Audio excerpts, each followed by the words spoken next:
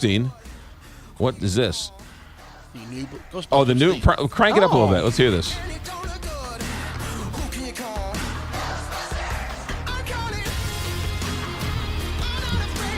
It doesn't sound like Ray Parker Jr.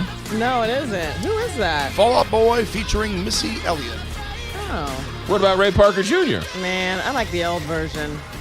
Ladies and But gentlemen, I'll get okay with it. here's the man to tell us. There you go. Yeah.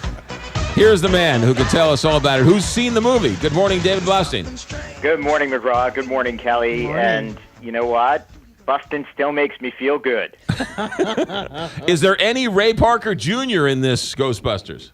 I don't think so. I didn't hear Ray Parker Jr., and I didn't see him in the movie. But, here's the thing. This Ghostbusters is not setting out to make you forget about the first movie. In fact, it wants you to remember the first movie. And there are many, many callbacks in this film to that particular movie. And also many brilliantly placed creative cameos as well. And having said that, a little context just to remind people and just to tell people who didn't know, when they first announced this movie and this concept, people were not happy. Mm-hmm. But I think most of the people who weren't happy were probably men. Female Ghostbusters, no! Why remake the first one? And, Right. for me, that was the question. It wasn't about women being Ghostbusters. It was about why mess with a movie that's essentially perfect. It's one of the great comedies of all time, one of the most original. It's a classic. You don't need a sequel, and you don't need a remake. And, people weren't really clear whether or not this was a remake or a sequel. Well, it is, in essence, it's a remake. It's not a sequel at all. And you know something? It is solid. It's not great, but it's solid. Sony Columbia did themselves no favors by releasing that first trailer, because the first teaser trailer was awful. Like in the modern era of movie marketing, it was probably maybe the worst trailer for a major motion picture ever.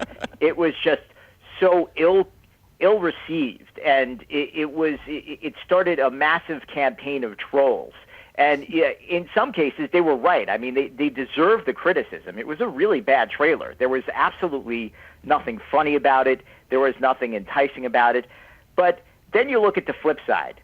How many trailers do we see that are absolutely fantastic, Right. and the movies stick? Mm-hmm. That's what trailers are generally designed to do. It's not that often that you get a bad trailer, though, and then you turn around and the movie is terrific. But it certainly happens. And I'm not saying this movie is terrific, because it's not terrific. It's good. It's solid summer entertainment. It's funny. You're going to laugh a lot. And, you look at this on paper and you figure, yeah, you would laugh a lot. I mean, look who's involved. You have Melissa McCarthy. You have Kristen Wiig. Kate McKinnon and Leslie Jones. Now, Kate McKinnon and Leslie Jones, not as well known as the other two. They don't have established movie careers as the other two.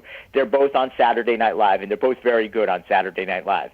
And, after seeing this movie, and even if you watch Saturday Night Live, Kate McKinnon could very well be the funniest out of the four of them. Yes. Maybe not fair to quantify the comedy because they're all brilliant in their own right, but Kate McKinnon is she's like a force of nature. And so is Leslie Jones, really. I mean, and that was the other thing about the trailers. The trailers made Leslie Jones' part seem ridiculous, and actually her role is borderline terrific. She's actually one of the better characters in the movie. So the bottom line here is this is 3.5 out of 5 stars. It's good summer entertainment.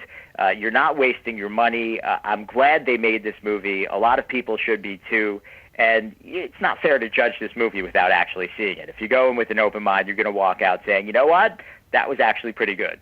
Ladies and gentlemen, that's David Blaustein, entertainment editor for ABC News. We'll let you get back to your Pokemon Go game. Thank you, sir. You got it. David Blaustein here at 825, Big 550.